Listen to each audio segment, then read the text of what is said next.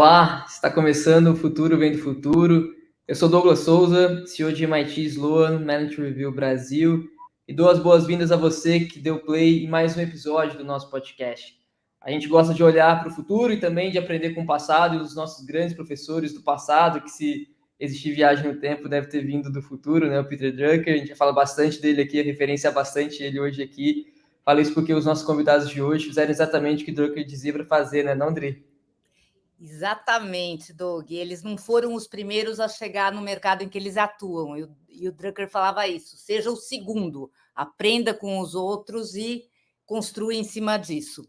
Então, eles esperaram o hype passar, deixaram os outros errarem e estão numa trilha. Obviamente que a gente não pode dizer 100% estão acertando tudo, mas estão indo bem.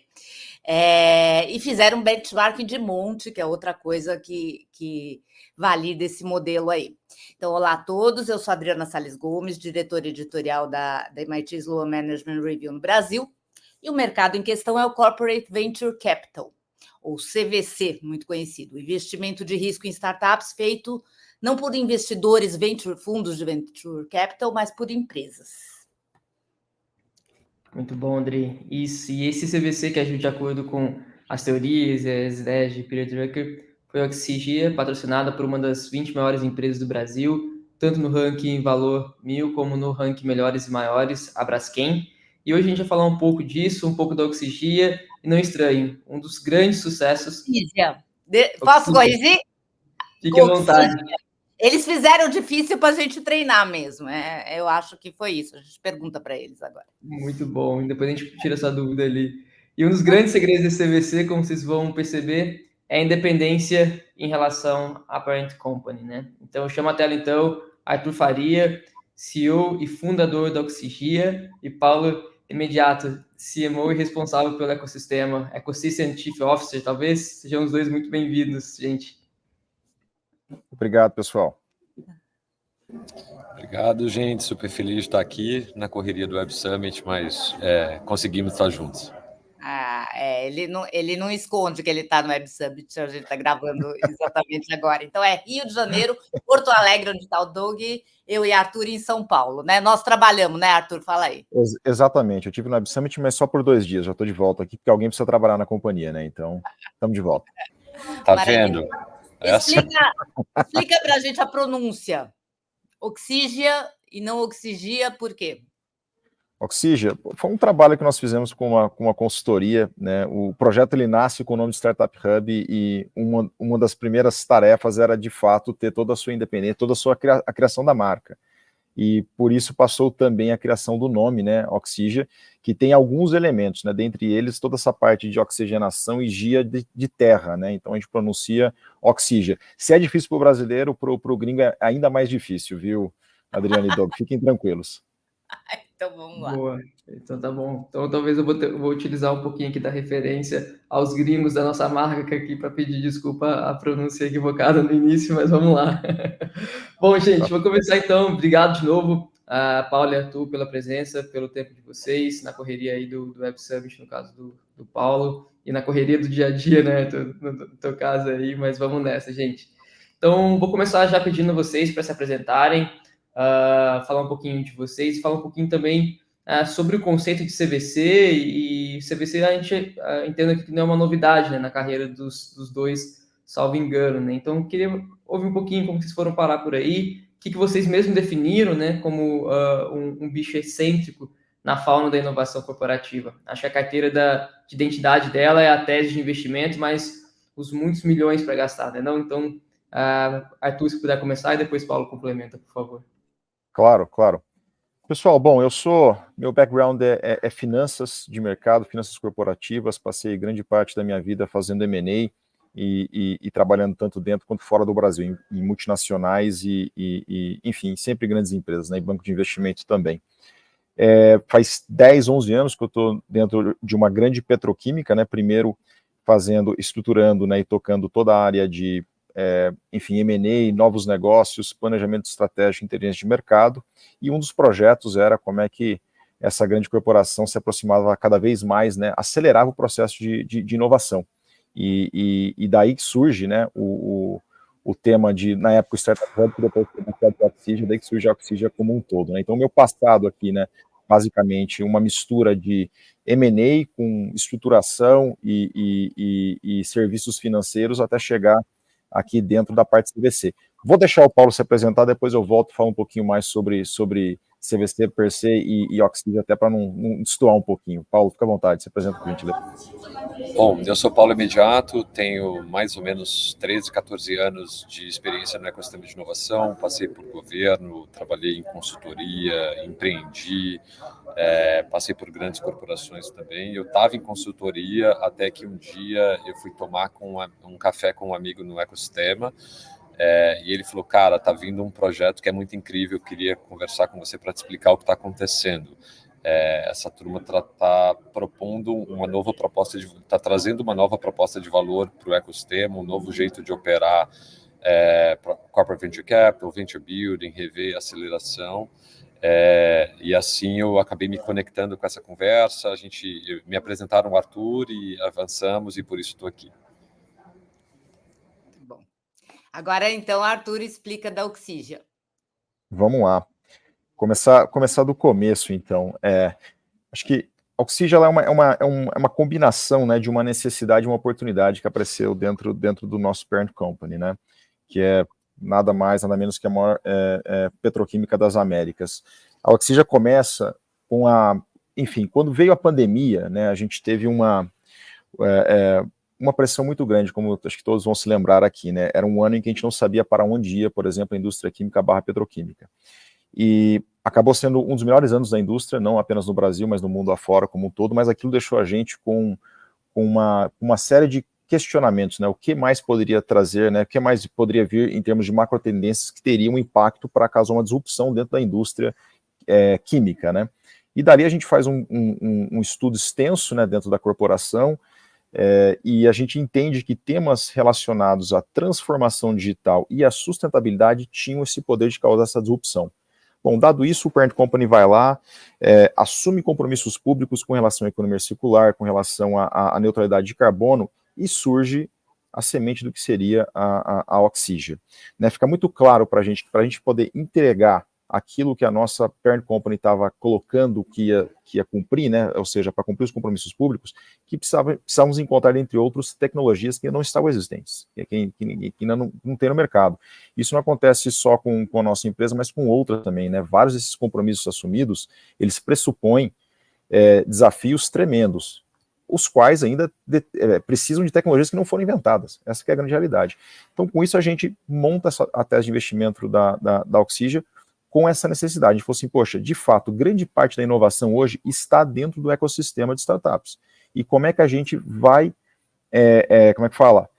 Tap, né? Como é que a gente vai olhar, né, de forma adequada o que está dentro desse ecossistema? E aí, o que nós fazemos? A gente basicamente faz um benchmark pelo mundo afora, né, para ver quem fez isso bem feito, quem fez isso que não deu certo, para que a gente pudesse traçar o que são os Key Success Factors e pegar esse resumo todo e montar um veículo que de fato estivesse pronto para trocar com o ecossistema da forma adequada. E daí nasce a Oxygen. Nada mais é que um veículo apartado da parent company, com suas próprias políticas, com suas próprias diretrizes, e que possui 3 mecanismos para interfacear com o ecossistema startup. O primeiro é o venture building, propriamente dito, que é como é que você tira negócios de dentro da corporação e de mercado também, que isso é algo novo que nós trouxemos, para a gente poder, né, fazer essa estratégia que é o inside out, né, trazer coisas de dentro para fora. O segundo mecanismo é um mecanismo de aceleração, que a gente até rebatizou de jornada de investimentos hoje, que é como a gente ajuda também o ecossistema, especialmente o ecossistema brasileiro aqui, e propõe e pressupõe um investimento ao final do programa. E o terceiro mecanismo, que é o Corporate Venture Capital per se, que é um mecanismo onde a gente investe não apenas em Brasil, mas mundo afora, né, concentração em América do Norte, Europa, Israel e Brasil, mas com cheques maiores. Então, se a gente fala no primeiro mecanismo, que é a incubação, que é um pre-seed, né, que são cheques menores, a gente fala na aceleração, que é um seed, são cheques um pouco maiores. No CVC, que é esse último mecanismo aqui, são cheques ainda maiores para Series A e B, basicamente. E o que esses 3 mecanismos têm em comum? A tese de investimento, que é pautada, como comentei, pelas essas 2 verticais, que é a sustentabilidade e a transformação digital. Então, a gente é, de fato, um bicho diferente, né, que a gente gosta, o pessoal gosta de colocar a gente com um bicho diferente, porque já é difícil fazer uma. a gente está fazendo 3 iniciativas ao mesmo tempo, mas tendo em vista que a gente teve muitos benchmarks com, enfim, empresas ao redor do mundo aí. Então, de uma forma bem resumida, né, e deixar para responder aqui ao longo do podcast aqui, mas de uma forma bem resumida, essa é a Oxygeo, uma entidade que ela é segregada do parent company, com suas próprias políticas, com suas próprias diretrizes, e que está aqui para interfacear com o ambiente, com o ecossistema de startups. A gente não investe para trazer benefícios para a corporação, isso é uma externalidade positiva, isso vai acontecer de qualquer forma, porque a nossa tese está alinhada com o parent company, mas nós estamos aqui para fomentar e ajudar o ecossistema de startups. Se eu puder complementar, no lado da excentricidade, né, que é a proposta diferente que a gente tem, normalmente as corporações têm uma atuação junto ao ecossistema de inovação e startups muito vertical, que é você ter uma demanda, você ter uma lista de problemas e você busca soluções nesse ecossistema. E a Oxygeo se propõe a atuar de uma forma horizontal, né, mais próxima da base, uma vez que, como eu não estou conectado a resolver dores ou problemas imediatos do core business da companhia, isso nos dá liberdade para olhar mais para H2 e H3. O Arthur tomou uma decisão que eu acho bastante interessante, que ele formou a equipe do Oxygeo com pessoas que vêm do mercado e não com pessoas que vêm da corporação. Então, você traz o conhecimento de pessoas que sentaram em diferentes lugares no tabuleiro, ex-empreendedores que sentaram em fundos de investimento, que viveram outras trajetórias, justamente para que a gente tenha uma experiência muito mais conectada com a realidade de quem vive o ambiente empreendedor no Brasil e não com os vícios de quem trabalha numa cadeira corporativa. Perfeito. E aí a gente já entra no que eu ia brincar aqui de tirar o band-aid de uma vez, porque nós vamos dividir essa conversa nessas 3 frentes mesmo. A maioria das empresas está numa frente, então acho que pela utilidade também para os nossos ouvintes e nossos espectadores, fica mais fácil de entender, e também fica mais fácil de entender o que é o bicho excêntrico, né?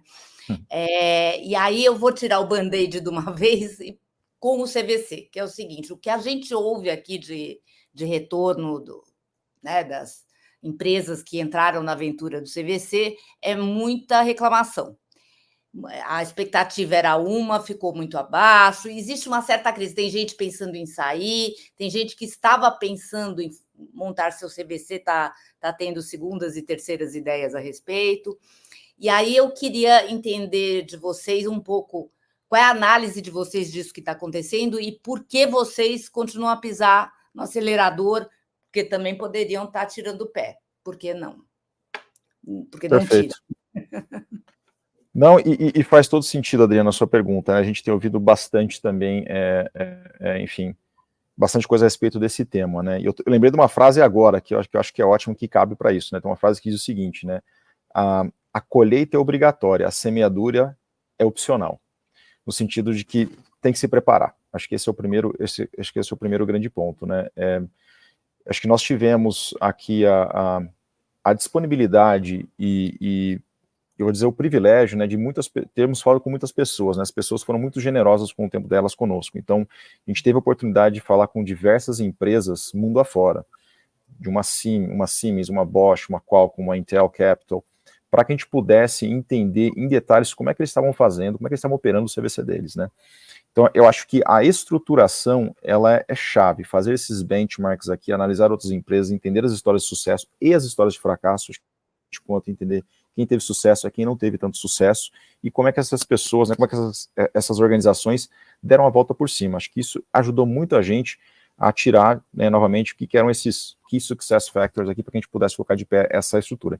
Então, acho que a primeira grande coisa, e que eu tenho visto, é que algumas iniciativas que a gente tem visto não estavam tão bem estruturadas. Eu dou alguns exemplos, né? Acho que um documento básico que a gente chama, né, dentro de uma estrutura de CVC é o Charter, que nada mais é do que um documento que rege as condições de contorno e as concentrações de como você vai fazer a sua prática de investimentos.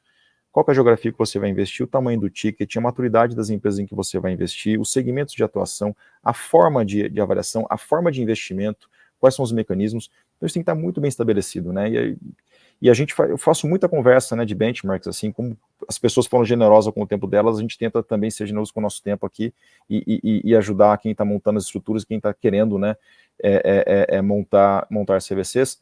E eu vejo que nem todo mundo gasta tempo, se dedica a ter, por exemplo, um charter bem estabelecido.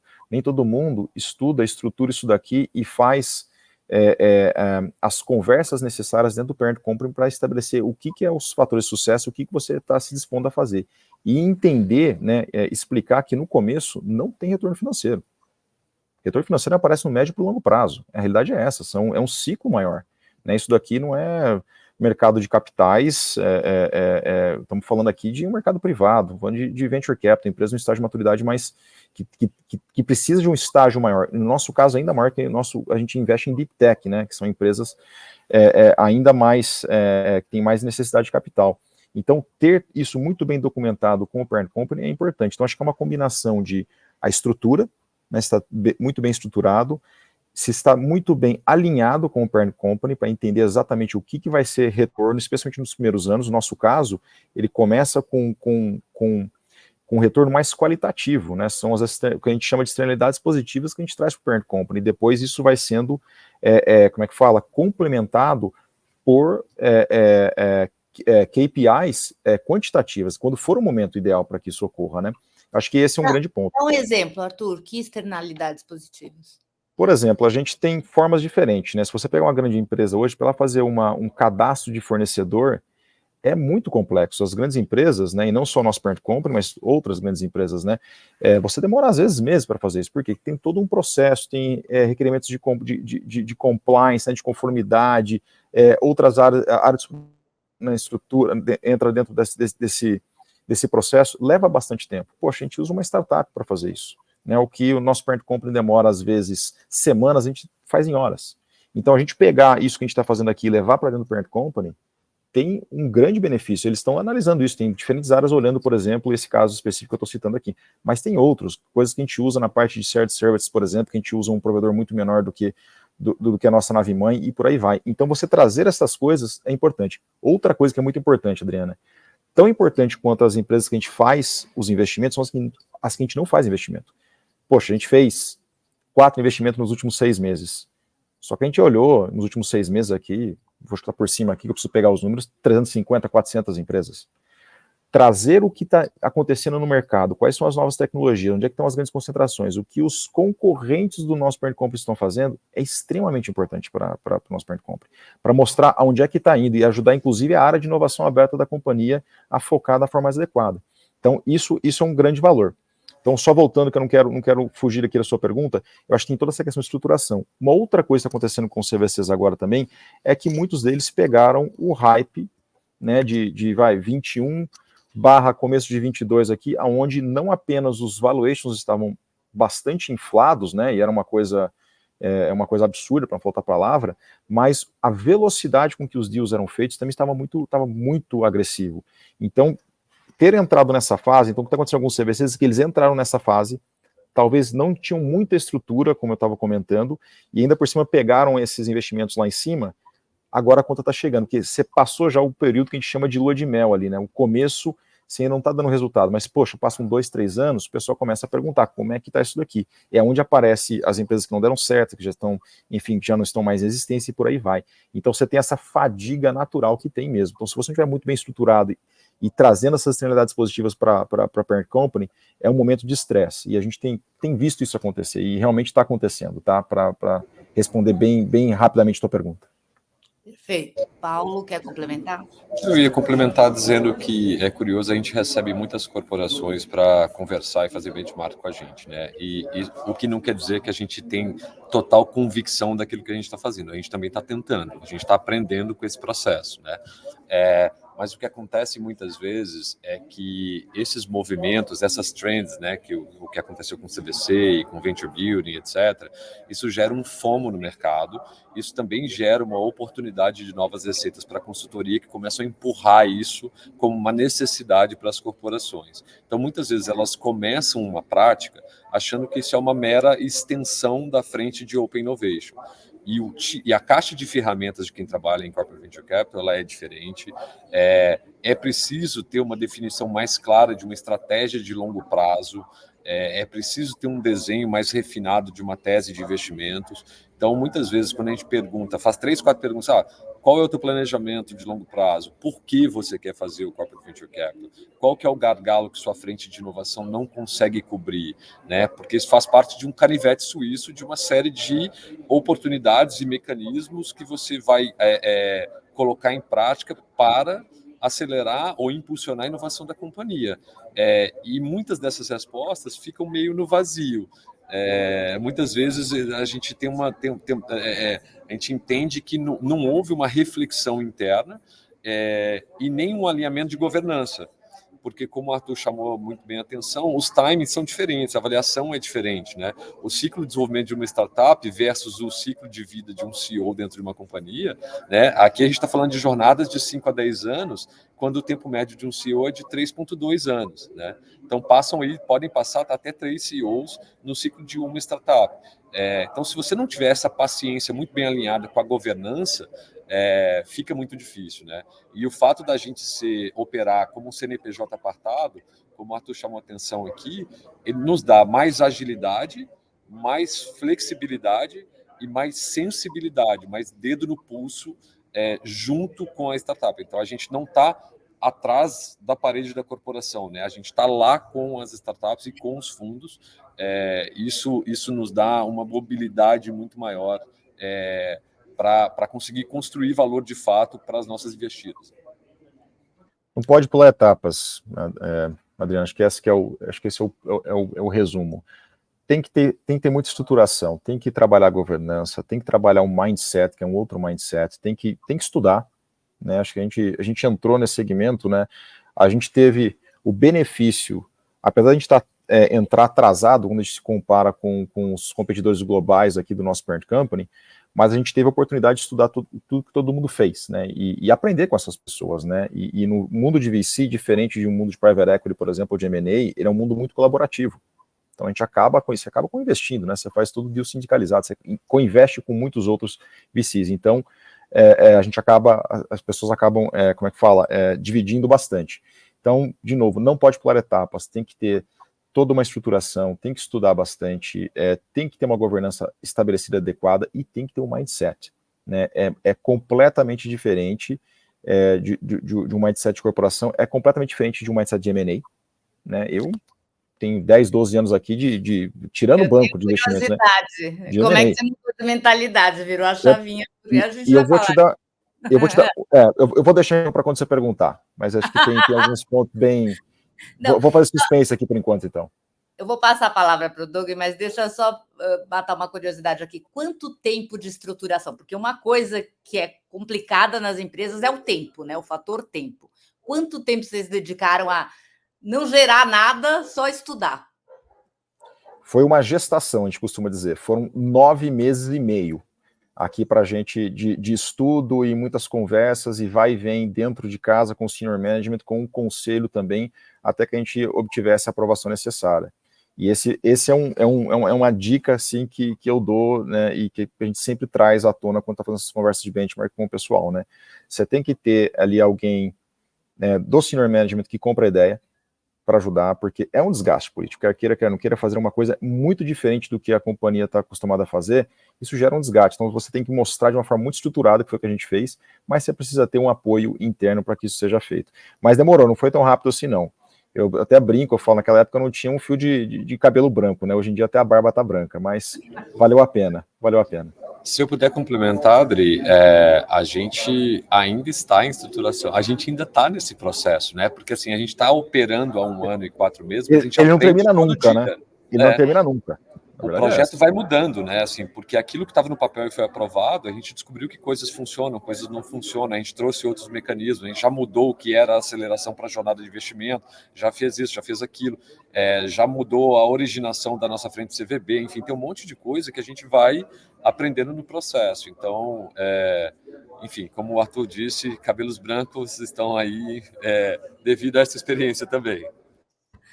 Maravilha. Muito bom, gente. Eu fui anotando aqui alguns elementos que eventualmente a gente pode oferecer como lição para a nossa audiência, né? Listei aqui a parte de estrutura que o Arthur mencionou muito. esse link com a parent company, as externalidades positivas, né, que eu tenho utilizado aqui, a parte de processo de investimento, que de certa forma nos afasta um pouco desses momentos de valuation muito inflados, né, em mercado e coisas do tipo. O Paulo citou a pauta de tese de investimento, a necessidade de consolidação e construção muito bem feita disso. Falamos de governança e agora no final a gente amarrou com a parte de estudo, né, de aprofundar de fato nos elementos. Existe algo mais, gente, de lição aprendida nessa construção, na vertente de veículos de investimento, por exemplo, que vocês gostariam que vocês podem eventualmente compartilhar aqui com a gente? Por exemplo, trabalhar mais com equity ou mútuos conversíveis, enfim, faz diferença, não faz diferença? Qual é a lição na experiência de vocês em relação a essa pauta? Faz diferença sim, viu, Doug?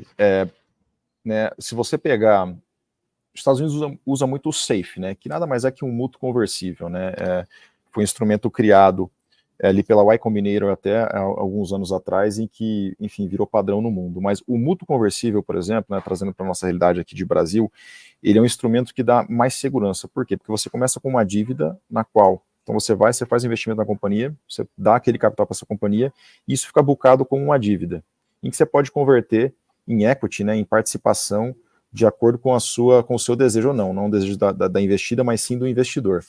Isso dá um tempo maior para que você faça uma diligência maior na empresa. E se essa empresa, por algum motivo, né, esse é um investimento difícil, né, gente? Se pegar a estatística aqui, 92% do tempo dá errado. Investimento em venture capital. Essa é a nova estatística que está aí.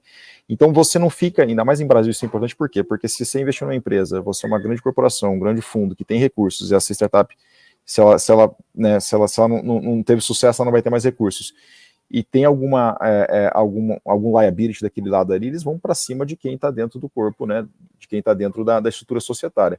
Se você vê que a empresa não está indo bem, você simplesmente não exerce o seu direito de converter aquilo em equity. Então, o mútuo conversível ele acaba sendo quase como uma opção, onde você adiantou o dinheiro e lá na frente você tem a opção de converter aquilo em equity. Ou seja, você consegue, de uma certa forma, gerenciar melhor o risco que isso aqui traz para dentro dessa estrutura. E aí, o que o pessoal faz, além disso daqui, né, que é uma prática muito conhecida, é o investimento. No Brasil, a indústria de fundos no Brasil ela é regulada. Então você monta um FIP, por exemplo, um fundo de investimento em participações, e dali você faz investimentos.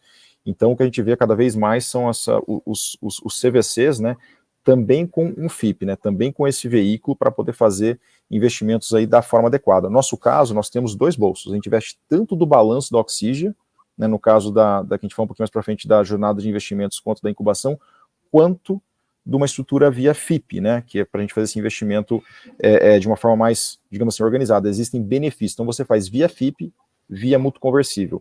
Então, o e-course disso para chegar para o investidor, ele é bem, como é que fala, tem várias camadas de proteção, inclusive uma proteção fiduciária aí. Então, é algo que a gente usa. Agora, tudo tem seu trade-off na vida, né? Você fazer investimento de um FIP, por exemplo, fora do Brasil, é uma complicação. Por quê? Porque o FIP, por está no Brasil de ser de uma indústria regulada, ele tem algumas exigências. Information rights, por exemplo, dentre outras coisas, que podem dificultar o investimento em veículos, né, em oportunidades fora do Brasil. Então, para isso, a gente também já temos uma alternativa aqui que a gente consegue fazer esse investimento e não ter essas dificuldades que um FIP traz. Né, a gente tem essas discussões, inclusive, dentro da BVCap, né, para ver como é que a gente continua facilitando, né, essas estruturas para que a gente fomente ainda mais os investimentos em startups, que é o que está precisando. Mas, na tua pergunta, sim, tem outras coisas que dá para ser feitas aqui, Doug. Do ponto de vista menos técnico da área de investimento em si, mas do comportamento e atuação, né, que a gente propõe, vocês até brincaram com o Chief Ecosystem Officer aí da história, vocês citam muito o Peter Drucker, eu gosto muito do Steve Blank, que é o Get Out of the Building. Então, assim, é barriga no balcão, tem que ir ouvir empreendedor, porque eu acho que algo que as corporações são excelentes para fazer uma série de coisas para resolver milhões de problemas no mundo, mas muitas vezes a gente sente, ou já ouviu de alguns empreendedores, um pouco que falta um pouco, que é a empatia da grande corporação com o empreendedor, é algo que pode melhorar. Então, ir para campo, ouvir o empreendedor, ir para campo, conectar com fundos, tanto no Brasil quanto fora. A gente fomos a todos os hubs e ecossistemas de inovação, todos não, mas assim, nos principais chaves das regiões do Brasil, né? Depois a gente vai para fora fazer isso também. Por quê? Porque a gente quer viajar e quer ir no evento? Não, a gente vem para cá, conversa com 30, 40 startups, 10, 12 fundos, para entender quem está conectado na nossa tese. Não existe essa prática dentro do escritório. Né? Se você não for a campo, não for conversar com as pessoas, entender de fato o que é importante para os empreendedores e de que forma a gente pode ajudar e quem que está indo na mesma direção para a gente convidar para trabalhar junto, por quê? Pelo aspecto de parceria e composição de rodada, as coisas ficam mais difíceis, né? Perfeito. E aí eu vou perguntar, em vez de deixar o Arthur falar, vou pedir para o Paulo falar do Arthur. O Arthur, com essa cabeça de M&A, que ele certamente tinha, como é que ele foi para esse mundo de deal colaborativo? Você quer que eu fale, é isso. Você vai me colocar nessa sinuca com o meu chefe, tá bom. Vamos lá. Eu sempre falo, já falei isso muitas vezes com o Arthur e todas as oportunidades que as pessoas me perguntam sobre a experiência aqui, eu costumo dizer que eu tenho o privilégio de trabalhar com uma pessoa que aprende muito rápido e que está disposta a entender o que está acontecendo e abrir mão, ou seja, botar a caixa de ferramenta dele, o repertório dele um pouquinho de lado para entender que está jogando um esporte diferente, né? Então, muitas vezes, para um executivo mais sênior, pode ser difícil e doloroso esse processo de abrir mão do lugar do saber e de toda uma trajetória já conquistada para começar uma prática nova, né? Eu acho que isso faz muita diferença e eu acho que esse processo, quando a gente está falando de inovação, esse tipo de flexibilidade e agilidade para aprender e o apetite para aprender faz muita diferença nessa prática, né? Porque se você chegar no lugar do já sei, vai doer. Você pode até fazer, mas vai doer mais. Uhum. Arthur, você quer direito de resposta? Posso seguir em frente? Não, depois eu faço isso aqui quando nós estivermos eu e o Paulo aqui. Brincadeira, Adriana. Não, o que eu complementaria aqui é que eu tenho toda essa de corporação, mas eu também empreendo, né? Então eu tenho um negócio com um sócio já tem 6 anos, né? Em energia solar, então eu conheço um pouco das dores do outro lado. Né? É engraçado, curioso, quando a gente estava estruturando a Oxygen, e eu falava para o conselho, né? E para o meu CEO na época, falei assim, olha, a dificuldade que nós vamos ter aqui é encontrar pessoas que tenham esse mindset, encontrar a pessoa que vai liderar essa iniciativa aqui é desafiador, porque a gente não tem esse mindset dentro da corporação, tem que achar alguém de mercado. Eu estava dando um tiro no próprio pé sem saber, né? Porque depois eu fui convidado para tocar essa iniciativa. Mas eu acho que o que me ajudou, né? Acho que tem que ter muita humildade, né? Acho que o Paulo usa bem o termo, né? Barriga no balcão, a gente, poxa, vai em tudo que é ecossistema de startup, conversa com todo mundo. Eu acho que é um ambiente novo, tem que tatear de uma forma diferente. Estou sempre aprendendo, continuo aprendendo, apesar da gente, enfim, vir de uma forma estruturada. A gente, como o Paulo comentou, a gente muda bastante coisa, está pivotando aqui e ali, vamos continuar, não tenho dúvida disso, né? Acho que todo dia é um aprendizado novo. Não é fácil, mas eu acho que eu sempre fui muito incomodado também com o status quo de grandes empresas, no sentido de que, poxa, não é possível fazer isso aqui com mais eficiência. Eu sempre fui um cara de muita execução, né? A prática de M&A, que eu mais gostava não era fazer as aquisições ou os investimentos, mas trabalhar no post-deal integration, no caso, né? Assim, agora o que faz com esse negócio aqui? Coisa que eu não fazia no banco. Então, eu saí do banco para ir para a indústria, né, para trabalhar em M&A de indústria, porque eu queria ver o D+1. Sempre fui uma pessoa muito de execução. Acho que isso ajuda bastante nesse mundo que eu tô. Para mim fez toda a diferença agora. Já entendi mais um pouquinho. Eu diria que o time dele faz muita diferença também. Boa, Paulo, tem que falar isso. Aqui também, o time do Doug também faz muita diferença. Pessoas espertas colocam pessoas mais inteligentes que elas para trabalhar para elas, não é isso, Adriana? Então, assim, é o que eu fiz. Maravilha. Deixa eu provocar, então, aqui, voltar um pouco do que a gente tinha roteirizado aqui. Eu organizei isso para não me perder. Tem 3 coisas que eu escuto direto e vocês vão ter que me ajudar a dissecar isso para a nossa audiência. Primeira as empresas deviam fazer venture building, que elas sabem fazer, e não CVC. É um comentário que eu tenho ouvido de várias pessoas, não de uma só. A segunda é justamente que as empresas tem tratado o CVC como um mini M&A, né? Uma fusão e aquisição, e que deveria, enfim, funcionar, porque não funciona. E a terceira é tratar o CVC como Open Innovation, que vocês falaram, continua na empresa mãe Open Innovation, tal. Então, eu queria que vocês comentassem essas 3, talvez, armadilhas, não armadilhas. São armadilhas? Olha, se você... Eu vou começar do começo aqui, tá? Eu vou até anotar aqui. Você começou perguntando do Venture Building, tá bom. Isso. Bom, primeiro que assim, se as pessoas têm dificuldades com Corporate Venture Capital, meu Deus do céu, vocês não sabem, vocês não imaginam o que é o Corporate Venture Building. É muito mais difícil, muito mais desafiador, tá? Essa foi uma referência que a gente, quando fez a nossa análise, né, estava fazendo o estudo, né, eu brinco, essa gestação, que foi onde a gente teve mais dificuldade em encontrar quem estava fazendo bem feito.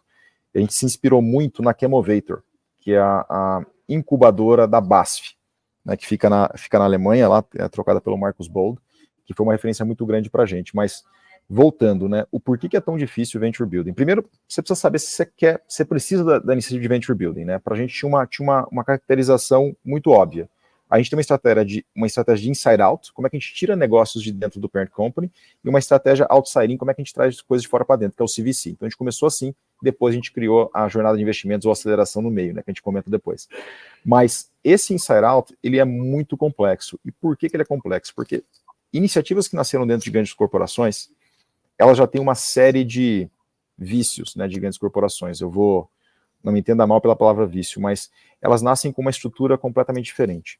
Então, o que a gente viu, e quando a gente tiramos alguns desses negócios de dentro do parent company para a Oxygen, a gente viu alguns deles em estágios de maturidade diferentes, e quanto mais maduro, ou seja, mais tempo dentro da organização, mais difícil foi.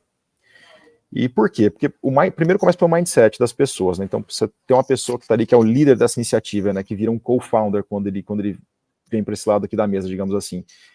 Ele é uma pessoa essa pessoa está dentro da corporação já há muitos anos, ela tem um mindset completamente diferente. Então, assim, poxa, ela utiliza as consultorias mais caras, ela terceiriza grande parte, ela usa várias áreas da empresa, ela não tem esse mindset de startup. A gente até brinca, né, que quando a gente traz para o lado de cada mesa, a gente fala assim, pô, isso aqui não é empreender em Beverly Hills. Né, assim, você não tem mais acesso a uma McKinsey da vida, a uma BCG, você tem algum problema, você vai falar com uma área XPTO ali, você vai pedir ajuda para Deus e o mundo. Não, desse lado de cá, é diferente. Se antes você tinha um orçamento, você estourava esse orçamento, o máximo que poderia acontecer com você receber um bônus menor no final do ano, agora você quebrou a empresa. Essa mudança de mindset, ela não é trivial. Não é trivial. Como é que a gente começou a trabalhar isso? Poxa, se a gente está vendo um founder de dentro da nave mãe aqui, a gente vai para o mercado para pegar outro. Ou pega 2 de mercado, né, que a gente tem feito também ultimamente. Então, assim, você tem que ter essa composição, porque essa mudança de mindset, ela é grande. A gente teve de tudo, né? A gente teve, assim, iniciativas que assim, toda a parte tecnológica estava terceirizada para consultorias. O que a gente fez? Poxa, vamos chamar aqui, contratamos desenvolvedores de produtos que está com a gente hoje dentro da Oxygen para falar o seguinte, olha, isso é necessário, isso não é necessário. A gente já reduziu o custo, a gente internalizou esse conhecimento que não estava. Então, assim, é uma jornada, Adriana, não é tão simples, né? Para mim, assim, acho que o grande desafio é essa mudança de mindset. Outra coisa, de grandes corporações, né, o pessoal trabalha muito no produto. Olha, esse produto vai falar, vai sair andando aqui se deixar ele. Só que eles não fazem o product market fit. Tá bom, para a sua grande corporação, ela era uma cliente, né? Agora, vamos ver se de fato tem demanda no mercado. Vamos ver se tem um product market fit propriamente dito. Que a gente vê que não tem. Por quê? Porque eles ficam desenvolvendo o produto. E o que uma startup hoje faz? Ela faz um MVP e fala assim, vamos testar. Já fala com o cliente, vamos lá. Esse tipo de mentalidade não tem dentro de uma grande corporação. Então, assim, estou citando 2 exemplos aqui, tá? Essa questão do mindset aqui do empreendedor, a alocação de recursos e como estruturar uma iniciativa. É muito mais complicado. E eu acho que um grande ponto é saber, assim, você precisa de fato de um venture building? No nosso caso, a nossa tese é uma tese específica, porque o nosso parent company é uma empresa química, então, poxa, a gente tem temas como CO2 to chemicals, biomass to chemicals, novos materiais, biotecnologia. E eu gostaria muito de poder empregar todo o recurso que nós temos disponível no Brasil, mas a realidade é que não dá. Por quê? Porque a gente não tem tantas iniciativas. Então, o Venture Building ajuda a gente, inclusive, haver algum tema que a gente acha interessante e que às vezes tem um desenvolvedor que está dentro de um ICT, com às vezes alguém do parent company aqui, e a gente incube eles. Fala assim, não, olha, você se preocupa com a parte técnica, eu vou fazer para você toda a parte, marketing, Paulo está aqui. Paulo, olha, o marketing, a gente tem desenvolvedor de produto, a gente tem pessoas de finanças, a gente vai te ajudar nessa estruturação, colocação do seu produto, você vai trabalhar na parte técnica.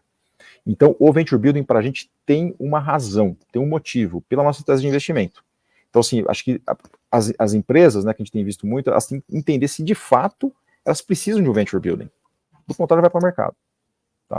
Vou parar aqui, senão eu falar até amanhã desse tema, Adriana. Perfeito. Só deixar claro que o ICT... Ou começa a chorar aqui também, né? Um dos dois. Não, chorar não pode. A gente não teve esse caso ainda. Chorar não. Eu tenho que ficar animado. Não, mas só complementando o ICT, Instituto de Ciência e Tecnologia, caso alguém não saiba. Paulo, tá. Não, eu só ia complementar que, assim, aqui no Web Summit a gente participou de um roundtable em que eu levantei o tema que era se Venture Building é hype ou não é. E levantei as 20 principais dores, que são 20 principais perguntas. Falei, amigos, temos essas dores, estamos vivendo esses desafios. Vou contar com a inteligência coletiva, me ajudem. Todo mundo tem as mesmas dores. Ninguém tinha as respostas. Tem muito pouco track record, tem muito pouco histórico, tem muito pouca bibliografia, tem muito pouco estudo estruturado sobre como fazer isso. Então está todo mundo tentando. Isso é uma coisa, assim, está todo mundo na fase de experiência. A gente tem um desafio de originação grande dentro da companhia, e tem um aspecto que é muito curioso, que é o seguinte: normalmente, projetos que nascem dentro da corporação, existe um apego estrutural dentro da companhia também, né?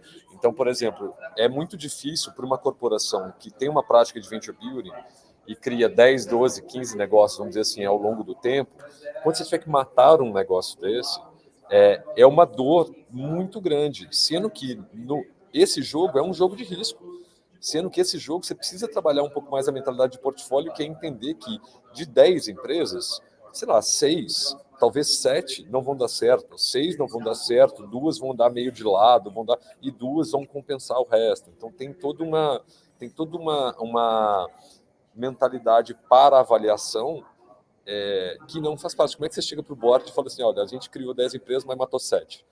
Sabe? Isso volta com um peso muito grande, e isso é uma pergunta que a gente ainda não conseguiu nenhuma resposta. Assim, eu digo que quem descobrir, por favor, estiver ouvindo, compartilhe com a gente. Assim. Perfeito. Brito, tinha outras 2 perguntas. Deixa eu ver se eu lembro. Você complementasse. Principalmente Open Innovation. Eu acho que a questão do Open Innovation talvez seja mais forte do que essa do M&A. A M&A era um pouco para cutucar o teu retrospecto aí. Não, perfeito.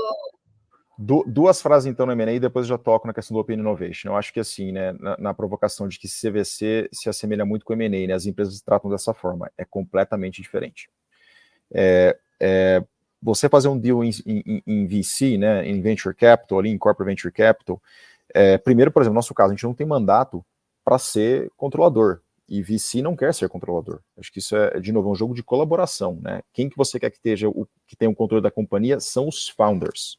O M&A é uma prática onde você quer desenhar um path to control. Então, como é que fala? No VC, o jogo é diferente. No M&A, se você tiver os recursos, você compra a empresa. Você pode ser, a Apple quer comprar a BP. Poxa, mas a Apple não entende nada de oil and gas. Só tem o recurso, ela vai comprar. Por quê? Porque a BP já roda uma empresa, né, já é uma empresa grande. No mundo de venture capital, você tem que encontrar o deal e entrar no deal, get into the deal. Por quê? Porque é tudo sindicalizado. Então você tem que trazer para a mesa algo diferente, porque dinheiro, por incrível que pareça, todo mundo tem, né? A gente fala isso, às vezes a gente discuta, mas essa é a realidade. Então como é que a gente se diferencia? A gente fala assim, olha, primeiro, a gente tem uma regra até, né, dentro da Oxygen, que é o seguinte, a gente só investe se a gente puder ajudar. Então a gente fala, poxa, tem uma startup de XPTO aqui, e legal, ela está no segmento de biopolímeros, legal, nossa nave-mãe aqui é a maior produtora de biopolímeros do mundo, perfeito, a gente tem como ajudar, eu consigo alavancar o que a gente chama de subject matter expertise dentro da corporação para ajudar vocês, ou eu consigo fazer aqui alguma coisa, enfim, ajudar com canal de distribuição, com customer base, com uma estratégia de go-to-market, o que quer que seja, mas você tem que trazer para mim algo diferente. Então, a diferença do M&A para o VC De novo, M&A é um jogo em que você quer o controle, é bem diferente, né? VC é um jogo de colaboração, então é bem diferente. Eu passei nessa gestação, enquanto estava estruturando isso aqui tudo, eu tive este tempo mais um tempo de adequação ao que é fazer negócio em Venture Capital, né? Que é esse get into the deal, então não é tão simples. Na segunda parte da pergunta aqui, que você pergunta, estou até olhando aqui, eu anotei quando você falou Open Innovation, né, que trata um CVC como se fosse Open Innovation, também é um bicho diferente, né, eu diria que o CVC ele é a ponta da lança do Open Innovation, né, o Corporate Venture Capital aqui, ela é um dos mecanismos que o Open Innovation tem para ter acesso de uma forma mais rápida e muitas vezes mais assertiva a novas tecnologias, né, né, você sempre vai ter essa discussão, e a gente tem essa discussão, porque a gente tem um veículo de venture building dentro de casa, é o famoso buy versus build, né, que todo mundo comenta, poxa, você vai investir nisso daqui, você vai fazer, né, e o que a gente está fazendo aqui é um pouco dos dois, peraí, se já tem uma iniciativa no mercado, que já está andando um pouco, já tem a tecnologia que eu quero, mas eles precisam de um banho de loja, precisam de apoio, poxa, eu vou entrar aqui de cabeça, eu vou ter uma participação minoritária e vou ajudá-los a desenvolver esse negócio aqui, porque, poxa, eu acho que vai ser super interessante. Ao invés de, vou para dentro de casa e vou construir isso aqui do zero, vai levar mais tempo, vai gastar mais dinheiro e tudo mais. Então, você acaba entrando um pouco no meio dessas duas coisas. Então, assim, hoje, quando a gente olha Corporate Venture Capital e olha a prática de Open Innovation, de novo, acho que o Open Innovation sempre teve uma dificuldade em mostrar o resultado. Eu acho que o Corporate Venture Capital ajuda a tangibilizar esse resultado, né? E o papel do Open Innovation é um papel crucial. Se me perguntar como é que vai ser no futuro Open Innovation, vai estar dentro de todas as áreas. Não vai existir mais uma área chamada Open Innovation, ela vai estar permeabilizada em todo mundo ali, né? Que você trazer todo o ecossistema para dentro da corporação e ajudar dentro da prática de inovação. A gente sabe que isso faz muito mais sentido do que empresa que é fechada. Então, de novo, não é Corporate Venture Capital não é como Open Innovation, né? Assim, ele é uma prática, a ponta da lança do Open Innovation e requer um mindset e um approach diferente também, tá? Não sei se eu respondi. Paulo quer trazer um pouquinho de Open Innovation aqui, fica à vontade também. Eu acho que a gente tem aqui um aspecto importante, que é uma inversão de uma premissa, tá? Eu acho que o Open Innovation está mais conectado ao core business da companhia e às necessidades da companhia, e ao dia a dia, né? A gente está olhando mais para uma visão de futuro, menos para servir uma dor da companhia, mas mais como oportunidades para levar as empresas que a gente investe a mercado e gerar valor em longo prazo pelo resultado dos investimentos que a gente faz. Essa inversão do direcionamento muda muito o nosso jeito de atuar, especificamente. Eu estou falando do modelo que a Oxygen toca, né?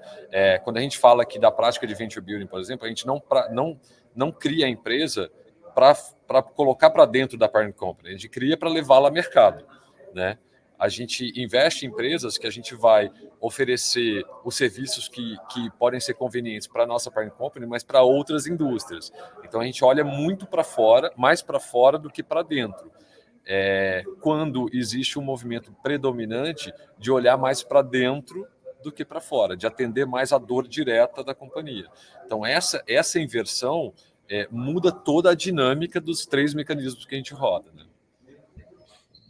Se você for colocar, né, só complementando, né, horizontes 1, 2 e 3, né, então, assim, nessa lógica, poxa, o Open Innovation ele tá olhando para o 1,5, né, e o CVC está ali no 2, 3, né, eu diria até que as grandes corporações, se você não tiver, vou rephrase aqui, se você não tiver acesso ao ecossistema de startup, fica até difícil de você entender quais são os horizontes 2 e 3 hoje em dia, né, porque até ali você vai ter dificuldade. Hoje o Open Innovation está olhando numa perspectiva de dentro da corporação, claro, sempre olhando para fora o que está acontecendo, mas como você ainda está, né, assim, dentro do limite de baterias da sua organização. O CVC está fora.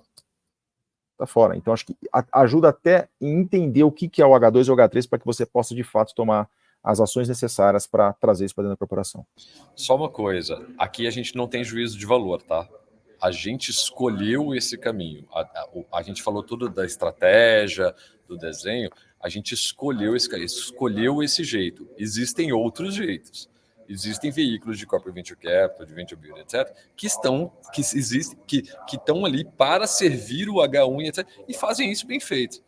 Não quer dizer que é melhor ou pior. A gente definiu esse caminho como o mais interessante dada a nossa estratégia. Então, por isso, aquelas perguntas que a gente fez no início. Isso está no charter, que vocês comentaram, que eu comentei com vocês. Essa definição está no charter. Você vai investir aonde? São esses segmentos, é esse estágio de maturidade, é esse nível de inovação. Tem que estar definido. Perfeito, perfeito. Não, é muito importante isso trazendo, né? Porque, na verdade, no final do dia, a estratégia é um modelo de decisão, assim, né? E foi a escolha que vocês tomaram e não tem, como o Paulo falou, não tem juízo de valor sobre isso. Eu queria puxar aqui a bola para a gente avançar, tentando complementar o desenho, né, desse bicho excêntrico, dessa fauna para a nossa audiência, que a gente falou um pouquinho lá no começo. Queria puxar aqui para vocês contar um pouquinho para a gente sobre a proposta com aceleração, no caso de vocês. Qual que é o papel disso? Tem uma lógica de pipeline de algum modo? Quais expectativas e como que isso está andando hoje? Se puderem dissecar um pouquinho sobre esse tema, para a gente acho que pode ser interessante. Claro. A gente começou com uma definição bem clara, né? CVB e CVC. Né? A gente tinha essas duas grandes caixas aqui, né? E isso foi uma das coisas que a gente pivotou. A gente viu a oportunidade e enfim, algumas dos benefícios que um programa de aceleração, que a gente hoje chama de jornada de investimento, poderia trazer para a gente, né? Se no CVB a gente tem essa estratégia do inside out, que é tirar coisas de dentro da grande corporação para fora, né? Projetos que têm o potencial de virarem empresas, digamos assim, e o CVC é o outside in, ou seja, o que eu vou trazer de fora para dentro aqui, a aceleração estava ali meio que no meio do caminho. E por que isso? Né? A gente identificou que uma das grandes, vou colocar, um dos grandes desafios hoje de investimento em venture capital é que as rodadas de investimento são muito rápidas. Então, você, às vezes, até 2021/22 ali, você pega um ecossistema bem desenvolvido como o Vale do Silício, tem rodada de investimento que durou 6-7 semanas. Isso quer dizer que do momento que você encontrou aquela oportunidade, que você riscou o cheque para aquela empresa, assinou todos os documentos, toda a documentação, se passaram 6-7 semanas. Isso é muito complexo de ver. Você não vê isso, não é um M&A, né? O M&A é completamente diferente disso aqui. O que a gente gosta do programa de aceleração? O programa de aceleração é um programa, primeiro, que a gente passa mais tempo com essas empresas, né? É um programa onde a gente olha iniciativas interessantes em que a gente não necessariamente quer começar do zero num venture building, por exemplo, mas que a gente consegue ter uma ênfase, né, ali, a gente consegue ajudar de uma forma mais efetiva do que dentro de um corporate venture capital que está na outra ponta, né? Então imagina que um está na esquerda, um está na direita, a seleção está ali no meio, que eu acho que é interessante. Mas a gente viu algumas dificuldades, né? A gente rodou o primeiro batch o ano passado, né, do Oxygen Labs, por exemplo, a gente teve um excelente programa, e nós selecionamos 6 empresas para estar ali com a gente, ao final a gente acabou investindo em 3, só que a gente viu que uma das dores ali que essas startups tinham, né, e muitas outras também, é que elas não estavam preparadas para receber o nosso cheque. Assim, e parece uma coisa simples, mas não é simples, né? Você tem uma série de elementos que você precisa estar ali prontos para que você possa chegar nesse ponto. Então ficou muito claro para a gente, poxa, por que não ajudar nesta fase? Então, o programa que a gente está rodando esse ano, por exemplo, nesse novo batch aqui, a gente está fazendo uma jornada de investimentos para preparar essas empresas para o fundraising. Então, assim, a gente tem já regras bem estabelecidas, quais serão os entregáveis ao longo desse programa, e ao final desse programa a gente quer que não apenas essas empresas estejam aptas a receber o nosso cheque, pode acontecer em qualquer momento do programa, mas que ao final, quando a gente trouxer vários outros VCs e vários outros CVCs para o nosso evento, já estão convidados, tá, Doug e Adriana, by the way, quando chegarem nesse dia, elas estejam aptas a receber cheque de terceiros, que é o que a gente quer. A gente mais quer que não nós apenas sejamos investimos nessas empresas, mas outros também. Isso traz novas composições, abre mais porta para essas startups e traz um selo diferente, um carimbo de um outro investidor que não seja só Oxygen. Então, o nosso programa, ele é um programa em que ele dá bastante trabalho no bom sentido, tá, Doug? Né? Voltando para a sua pergunta, onde assim, praticamente todas as pessoas hoje de Oxygen se envolvem nesse programa. É um programa super, né, o nosso Labs aqui, ele é super estruturado nesse sentido, e é um programa onde a gente quer fazer o quê? Ajudar e deixar essas empresas para que elas estejam aptas para receber esse investimento, não apenas de Oxygen, mas de terceiros também ao final do programa. Tá? De uma forma bem rápida e bem resumida aqui. Posso ir? Vamos lá. Só para a gente, uma definição aqui que eu acho que é importante. Programas de aceleração são fundamentais para que as corporações ganhem mais maturidade no relacionamento com startups e para que as startups aprendam a se relacionar com corporações. Legal para caramba, isso cumpre um papel no estágio mais inicial das startups, de menor maturidade, etc. Beleza. Então, a gente, de novo, não tem um juízo de valor, é só uma complementação que tem, inclusive, mais a ver com a nossa vocação, que são startups que estão num estágio um pouquinho mais maduro, e aí você pode ter uma jornada que você lista uma série de problemas ou desafios que essa corporação, que o patrocinador tem, e chama as startups para resolver aqueles desafios, ou seja, é sobre as dores da corporação. Ou você pode descobrir quais são as dores das startups. E aí você faz um programa que é startup-centric, founder-centric, e não corporate-centric. De novo, a gente inverte a premissa, a gente vai lá, a gente não olha para cá, né? A gente olha para cá quando a gente alinha na tese. Alinhado pela tese, a gente está livre para ir para o mercado. Então, o que acontece? A primeira jornada ela foi uma jornada generalista. E a gente sente que em 4, 5 meses, primeiro, você não pode ocupar muito o founder. O founder já tem que botar um negócio de pé. Então, assim, você não pode. O founder de startup boa não tem tempo. Se ele tiver tempo, é porque o negócio está indo mal, né? Então, assim, não vamos criar um programa generalista que passa por tudo, porque provavelmente esse cara já passou, ou essa empreendedora já passou por um programa de aceleração, ou ele está vinculado a uma série de programas. Existem vários que são ótimos. Vamos aproveitar que a gente é um veículo especializado e que a gente tem um time aqui dedicado, né? Tem 16 pessoas de todos os campos de conhecimento justamente para aportar nessas empresas e ajudá-las nessa dor específica. Do momento em que a gente decidiu investir na empresa ao momento que a gente conseguiu investir nas empresas, o trabalho para arrumar a casa foi complexo e vai ser sempre. Por quê? Porque o founder ou a founder está muito preocupado em fazer o negócio acontecer.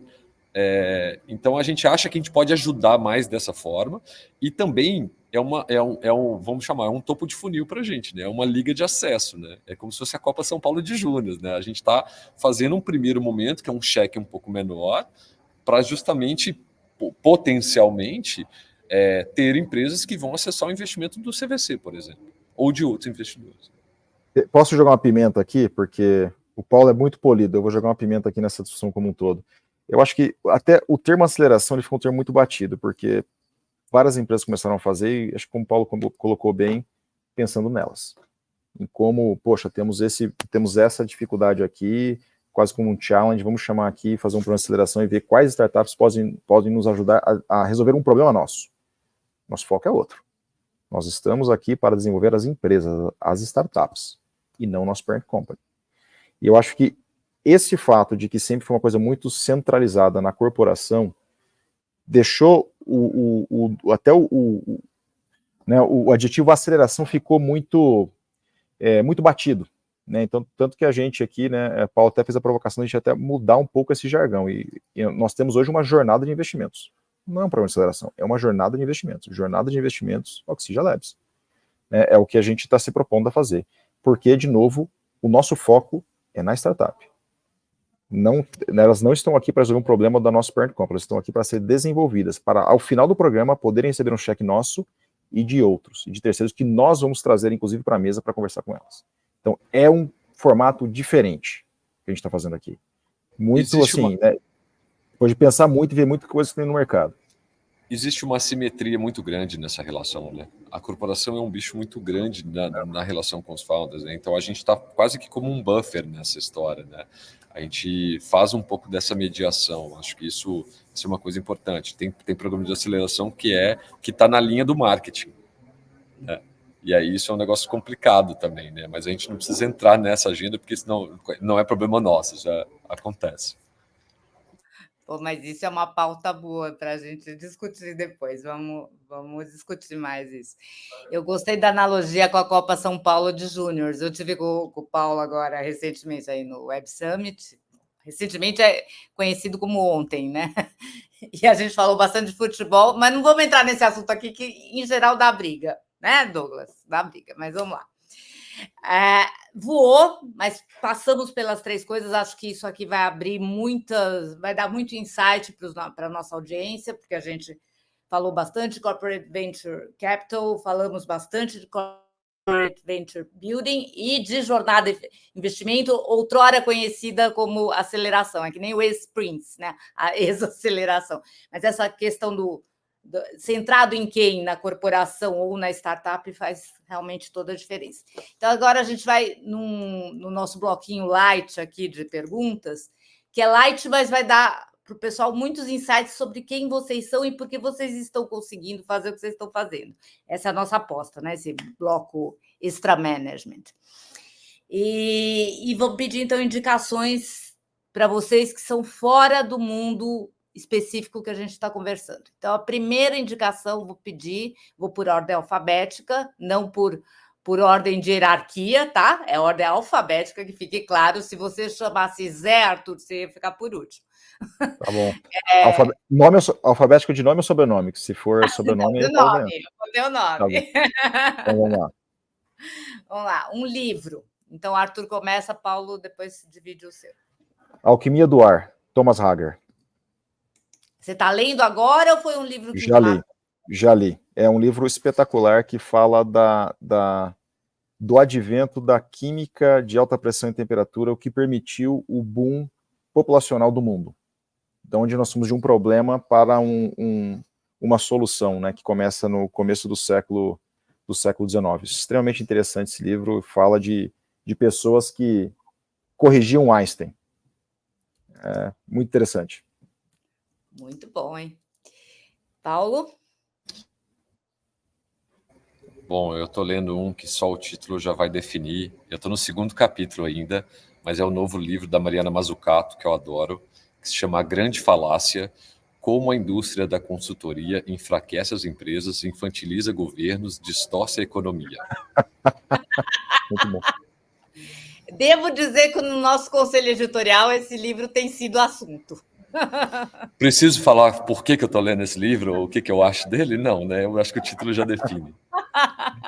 Melhor não, né? Vamos lá. Um filme ou série? Ou os dois. Pode ser os dois também. Arthur? Precisa ser algo que eu estou vendo agora, não, né? Ou um filme que eu gosto? Pode ser um filme que eu gosto? Pode ser, ou você pode optar pelo que está agora, está vendo agora, ou o melhor da sua vida, que mais te marcou. Isso aí não importa. Perfume de Mulher. Ah, gostei. Muito bom. Filme do Al Pacino. E por que te marcou? Só explica por que te marcou. O discurso do Al Pacino, no final do filme, quando ele está ajudando o cuidador dele, que ele está ali passando por uma sabatina na frente de todo o colégio interno, aquele board school nos Estados Unidos, né, aquela cena bem característica, e mostra o princípio, né, do garoto ali, que ele não abre mão dos princípios dele, e o Al Pacino ali, no caso, o personagem do Al Pacino ajuda muito ele com um discurso extremamente... ele é muito... Um discurso muito bom, vou deixar assim para não usar outro adjetivo, um discurso muito bom, muito convincente. Muito convincente. Mas é interessante o convívio das gerações ali, né? Que eu acho que fala um monte de coisa que está acontecendo na área de vocês, que convivem com gerações diferentes também, e com tudo que a gente tem vivido nas empresas. No meu caso, eu sou bem mais jovem que o Paulo, então são gerações diferentes que nós temos dentro do Oxigênio. É verdade. Vamos lá, Paulo. As nossas respostas vão revelar as diferenças. Eu estou muito, muito, muito impactado por 2 filmes da nova safra que tiveram no Oscar. Eu vi Zona de Interesse no último fim de semana, e é muito forte, é muito brilhante, é um argumento. Todo mundo já viu 1 milhão de filmes sobre a Segunda Guerra, mas esse é uma das abordagens mais criativas e intensas que eu já vi. E a mesma atriz está no Anatomia de uma Queda, que é um filme maravilhoso sobre relacionamento. Acho que são 2 filmes sensacionais. Eu estou nessa também, apaixonada pela Anatomia de uma Queda. Uma música, ou uma banda, ou um compositor... Vai ser difícil, tem vários que eu gosto. Eu vou com... Pode falar vários. Fala uns John Denver. Eu gosto muito de John Denver, Johnny Cash, e eu também gosto de um rock um pouco mais pesado. Eu vou colocar Metallica aí nessa lista também, só para ser um pouco diferente. Tá vendo? Ó, você está se revelando para as pessoas. Estamos entendendo mais de você. Paulo? Paulo congelou? Eu acho que congelou. Então vamos seguir, daqui a pouco ele... Mas ó, eu vou responder, ele certamente ia falar, provavelmente, Elvis Presley ou Alceu Valença. Paulo gosta desse, não, deixa ele voltar aqui, ele responde. Tá bom, vamos seguir aqui. Um esporte que gosta ou pratica? correr com o meu filho de manhã. Voltou, Nossa. Paulo. Voltou, Paulo? Tá. Eu voltei. Você voltou. Você tinha ido pro além momentaneamente, o além digital aqui agora. O que eu perdi? É uma música. Vamos ver se bate agora. Sabe aqueles jogos de casal do Silvio Santos, né? Eu respondi por você, Paulo. Vamos ver se eu acertei. Não, ele falou de Johnny Cash, eu amo Johnny Cash, ele sabe disso, mas não, eu vou te responder. Eu tô ouvindo o que eu tô ouvindo recente, tá? Tem uma voz que marcou a década de 90 e início dos anos 2000 para mim, que é a Beth Gibbons, que era vocalista do Portishead, e ela lançou um disco solo agora, esse ano, e é maravilhoso. É a coisa mais linda. Coisa mais linda. Tem 2 singles só, é maravilhoso, maravilhoso. Tá bom. E aí eu preciso perguntar se você gosta de Alceu Valença e Elvis Presley. Elvis, sim. Alceu eu gosto dele, mais do que das músicas. As músicas me pegam menos, mas eu gosto muito dele. Ele é um cara brilhante, né? Já o Elvis, você não gosta muito dele, eu imagino. Eu falei, mas eu gosto dos dois, viu, Adriano? Eu gosto dos dois, por isso que eu comentei. Tá bom. O Elvis tem outros elementos nessa história aí que a gente não precisa discutir agora. Não precisa, tudo bem. E o esporte que você pratica, o Arthur corre com o filho e você? Eu corro quando eu posso. Eu corro para comer. Eu malho para poder comer. É isso, como bom mineiro. Muito bom. Quase não tem sotaque de mineiro, né? O Doug também é mineiro, também não tem muito sotaque, não. Vamos lá.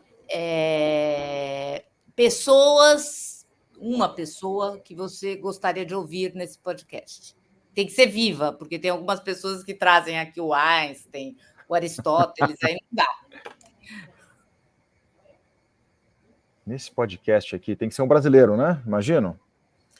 Não, pode ser um estrangeiro. A gente poderia entrevistar com legenda. Eu vou falar um brasileiro aqui que é um oráculo aqui do mundo, já que o nosso tema aqui é CVC, ele é um oráculo desse mundo. Carlos Crocon, da Qualcomm. Tá. Bacana. E eu queria falar de um cara que está fazendo um trabalho brilhante no ecossistema, que é o Pedro Valério, do Instituto Caldeira. Muito bom nome também.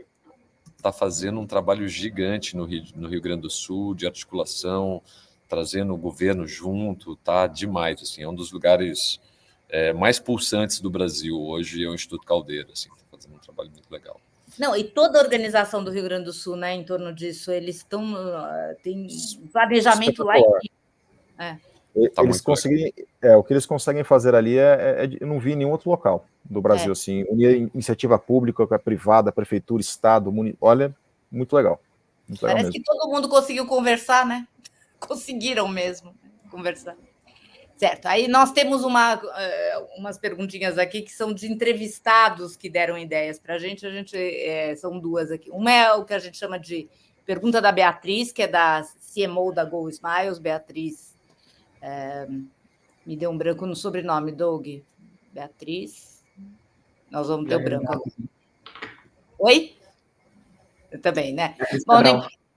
Beatriz Cabral, exatamente. Beatriz Cabral, que gosta de o que ela faz por amor, que não tem nada a ver com bater meta, que ela quer sair do mundo de bater meta, mas se esforça muito para fazer tanto quanto se tivesse que bater meta.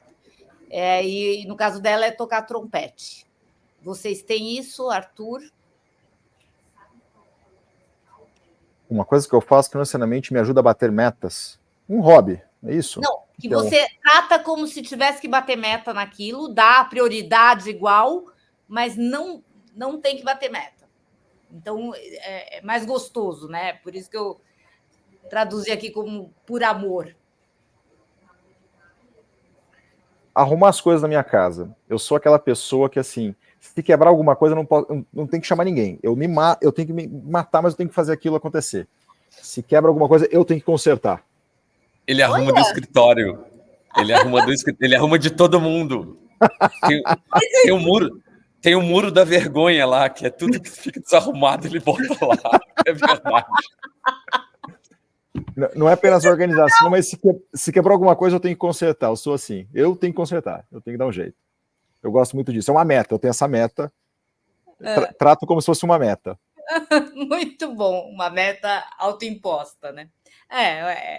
Esse é Aí um quando eu jeito. não consigo, aí eu ligo para os universitários. A última vez eu quase consegui instalar um carregador de carro elétrico na minha casa.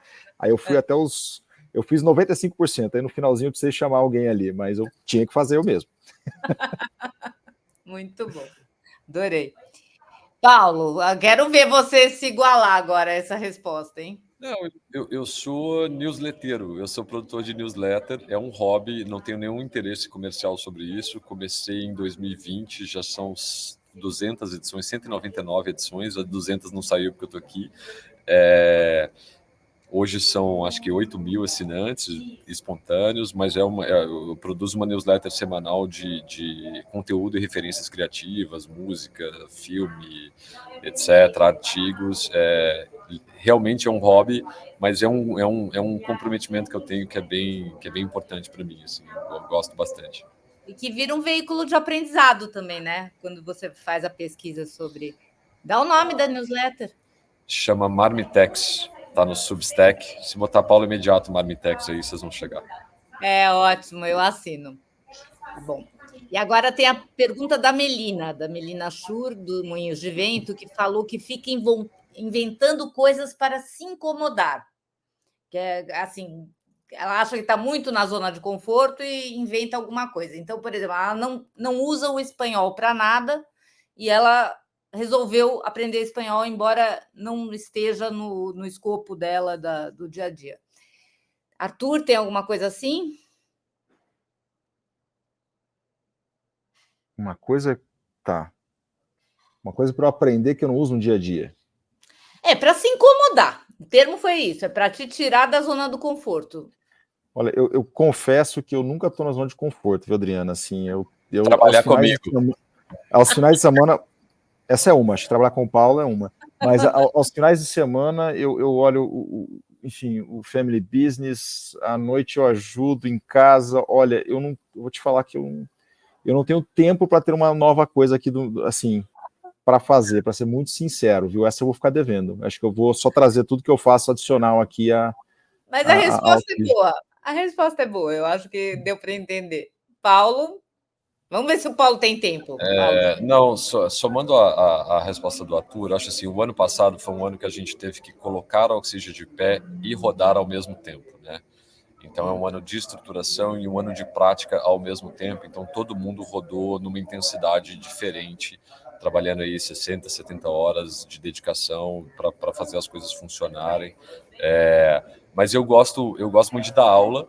Eu dou aula porque dar aula é uma forma de você manter contato e dedo no pulso com as novas gerações para falar sobre inovação. Só que ao invés de eu pegar os mesmos slides da minha aula e repetir todo ano, eu jogo fora e começo outra do zero para não ficar viciado em dar a mesma aula. Então isso é uma prática que eu acho que é importante, porque senão a gente vira palestrante oficial, né? E aí eu digo que se acontecer, a inovação morre. Perfeito. Muito bom. Gente, Paulo, Arthur, obrigado demais pela presença de vocês. Dri, obrigado também pela companhia de sempre, a Camis, que fica aqui no backstage, principalmente a você, que nos acompanhou nesse episódio. Vocês podem acompanhar esse e outros episódios da nova temporada, O Futuro Vem do Futuro, nos canais de MIT Sloan, Management Review Brasil, no YouTube, no Spotify e no nosso portal, na editoria de podcasts. O link vai ficar aqui nessa descrição. E assine também a newsletter Extended, que a Adriana faz toda semana, assim como o Paulo, e sobre a qual a gente já conversou muito nesses